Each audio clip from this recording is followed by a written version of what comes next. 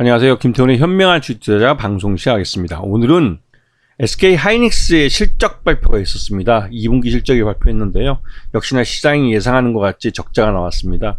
지난해까지만 해도 SK 하이닉스가 거의 한 7조 원 정도 영업 이익을 냈었는데요.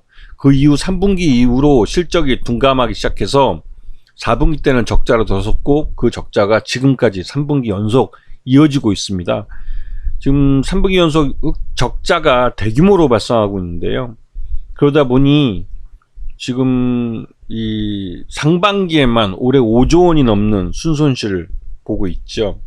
SK 하이닉스가 이렇게 대규모로 그 반도체 쪽 분야에서 적자를 내고 있는 건 이 메모리 반도체 시장 자체가 위축된 경기 침체에 한 이유도 있겠지만, 미중 이 반도체 패권 전쟁이 갖고 있는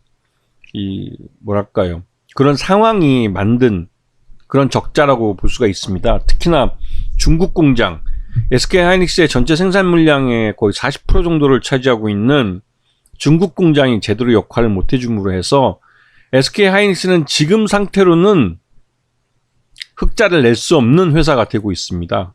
그럼에도 불구하고 올해 들어와서 지금 최근 들어서 갑자기 삼성전자와 SK 하이닉스 주가가 많이 급등을 하기도 했었고, 오늘 같은 경우는 삼성전자는 지지부진하지만 SK 하이닉스 같은 경우는 거의 8%대 상승세를 나타내고 있죠. 이렇게 오르는 이유는 국내 기관 투자가들이 사주면서 인위적으로 주가를 끌어올리고 있는 겁니다. 근데 문제는 그렇게 인위적으로 시장 왜곡을, 주가를 왜곡시키면서 주가를 끌어올리는 것이 결국은 시장 왜곡을 반영하고 있는 것이기 때문에 언젠가는 그 왜곡에 대한 대가를 지불해야 한다는 것이죠. 이 부분을 분명히 기억하고 있어야 됩니다. 이 매출 분석을 보시게 되면 2분기 때 7조 원의 매출을 해서 지난 1분기 때 5조 원보다는 확실히 개선된 모습을 보이지만, 지난해 동기랑 비교해서 봤을 때는 반토막이 난 상태입니다. 그리고 이 영업이익 같은 경우는 영업 손실이 점점 더 커지진 않지만, 그래도 2조 원대 영업 손실을 그대로 유지를 하고 있어서, 이 정도 영업 손실이 계속 이어지면 1년만 지날 경우에는 SK 하이닉스는 자본금 잠식에 들어갈 가능성이 큰 거죠. 그러면 최대 주주인 SK 스퀘어가 유상증자에 나설 수밖에 없는 상황이 발생합니다. 지금 수익성 지표나 손익 요약 같은 거 보시면 특히 이제 수익성 지표는 좀 개선되는 모습을 보이긴 합니다. 매출 총이익도 마이너스 32에서 마이너스 16으로 많이 올라온 상태고요. 영업이익률은 마이너스 67에서 마이너스 39로 굉장히 많이 개선됐죠.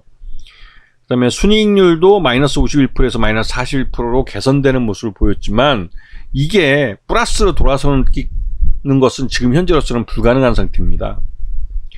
지금 삼성전자나 SK 하이닉스의 실적이 그나마도 개선된 이유는 인공지능 AI 반도체에 대한 수요가 늘었고, 마침 SK 하이닉스는 이 엔비디아라는 잘 나가는 인공지능 반도체를 만드는 이 잘 나가는 회사의 그 HBM3라는 인공지능 반도체를 개발하는 데 성공했습니다. 이게 그 엔비디아 쪽에서 만드는 인공지능 AI에 들어가는 이 반도체들은 말 그대로 처리 속도가 굉장히 빠르고 대용량을 처리할 수 있는 그런 제품인데요. 그 HBM2, 기존에 이제 그 SK 하이닉스가 개발했던 이 칩보다 더 그 앞선 기술과 더 빠른 처리 속도, 또 대용량을 자랑하는 HBM3를 완성한 게, 그래도 나름대로 실적이 좋아지는 단초를 마련한 거죠. 그리고 하반기 가서는 HBM3에 대한 수요가 더 늘어날 것이라는 걸 시장에서 기대하고 있습니다. 그에 따라서 더 빠르게 이제 개선이 될 가능성이 크고, 이 HBM3는 국내 이천에 있는 그 반도체 공장에서 만드는 걸로 알려져 있습니다. 즉, 중국에서 만들지 않고 국내에서 이 고부가 가치 최첨단 반도체 칩을 생산한다는 거죠. 이거는 중국 공장에 대한 이 반도체 제조 장비가 언제 들어가는 걸 미국 정부에서 규제할지 모르기 때문에 국내에서 최첨단 제품을 생산하고, 중국은 그보다는 보급형 반도체들, 일반 메모리 반도체에서 D램 반도체나 이런 것들을 이제 생산하려고 하는 생산의 그 양쪽으로 이제 우리나라 국내에서 생산하는 것과 이 중국에 생산하는 반도체를 확실하게 분리를 하는 정책을 피고 있는 거죠. 그래서 보시게 되면 삼성전자나 SK하이닉스가 중국 공장을 모두 갖고 있는데 이 중국 공장들은 그래도 우리나라 본토에 있는 국내에 있는 공장들보다는 낮은 등급의 반도체 칩을 생산하고 있습니다. 그렇기 때문에 미국에서도 중국에 대한 최첨단 반도체가 유입되는 것을 막기 위한 규제를 하고 있는데 그 규제에 대해서 유예하는 입장을 처음 이제 한 1년 동안 부여했다가 이 1년을 더 연장해주는 쪽으로 얘기가 나왔고, 미국 의회에서는 이러한 미국 상무부에 우리나라 삼성전자 SK하이닉스에 대한 배려를 반대해서 이것마저 막으라고 하는 거죠. 그렇게 되면 삼성전자나 SK하이닉스는 중국에 있는 공장들을 아예 쓰지를 못합니다. 왜냐면 만들어봤자 중국 반도체 업체들도 만드는 저급 사양의 반도체 칩들은 중국 애들하고 가격 경쟁력이 도저히 안 돼요. 한국 기업들이 만들면 굉장히 좀 비싸지는 측면이 있죠. 상대적으로 중국 제품보다는. 그래서 이제 미국 정부의 이러한 반도체 과학법의 영향으로 지금 중국에 대한 공장을 제대로 가동 못하고 있는 그런 실정입니다.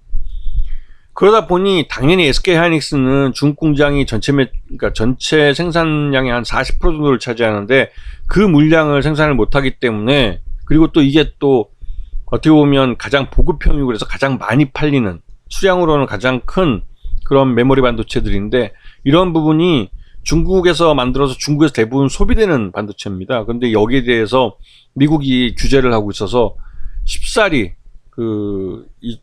또 중국 기업들도 이 수입 정책을 바꾸면서 한국 기업이랑 거래를 좀 안 하려고 하는 그런 부분이 좀 있죠.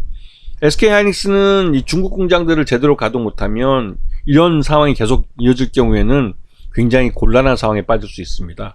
그리고 지금 주가가 SK하이닉스 오르는 것은 아까도 말씀드렸지만 국내 기관 투자자들이 인위적으로 사주면서 주가를 부양하고 있는 것으로, 이게 실적 바닥에 대한 기대감으로 저가 매수자가 들어온다고 하기에는 이미 지난 2분기 때 주가 급등으로 인해서 SK하이닉스는 뭐 말 그대로 이제 좀 오버슈팅 구간에 들어가 있는 상태죠.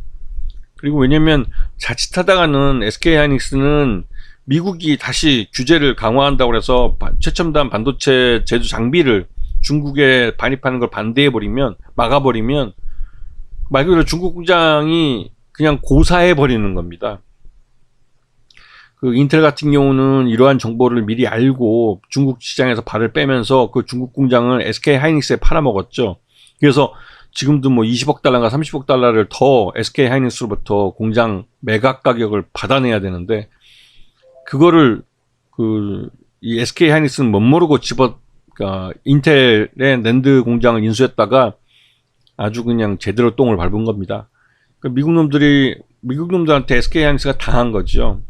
오죽하면 SK 최태원 회장이 엊그저께 대한상의 회장 이름으로 중국 시장을 포기할 수 없다고 윤석열 정부에 아주 읍소를 했죠. 그래서 이 상태가 이런데도 SK하이닉스의 주가가 오른다고 추격 매수한다면 솔직히 좀 배가 좀 많이 아플 가능성이 크죠. 속을 좀 속쓰린 경험을 할 가능성이 큽니다. 당장은 SK하이닉스가 이 중국 공장을 어떻게 할지에 대해서 계획을 내놓지는 못하고 있습니다. 그런 면에서 지금 어떻게 보면 이 국내에 있는 이천 공장하고 이제 국내에 있는 공장들을 통해서 첨단 반도체만으로 이 규모의 경제를 유지하면서 수익성을 개선한다는 게 쉽지 않기 때문에 그런 부분에서 이 SK하이닉스의 미래가 그렇게 밝지만은 않아 보입니다. 그런 면을 잘 보시면서 판단을 하시기 바랍니다. 자, 오늘 방송 여기서 마치겠습니다. 감사합니다.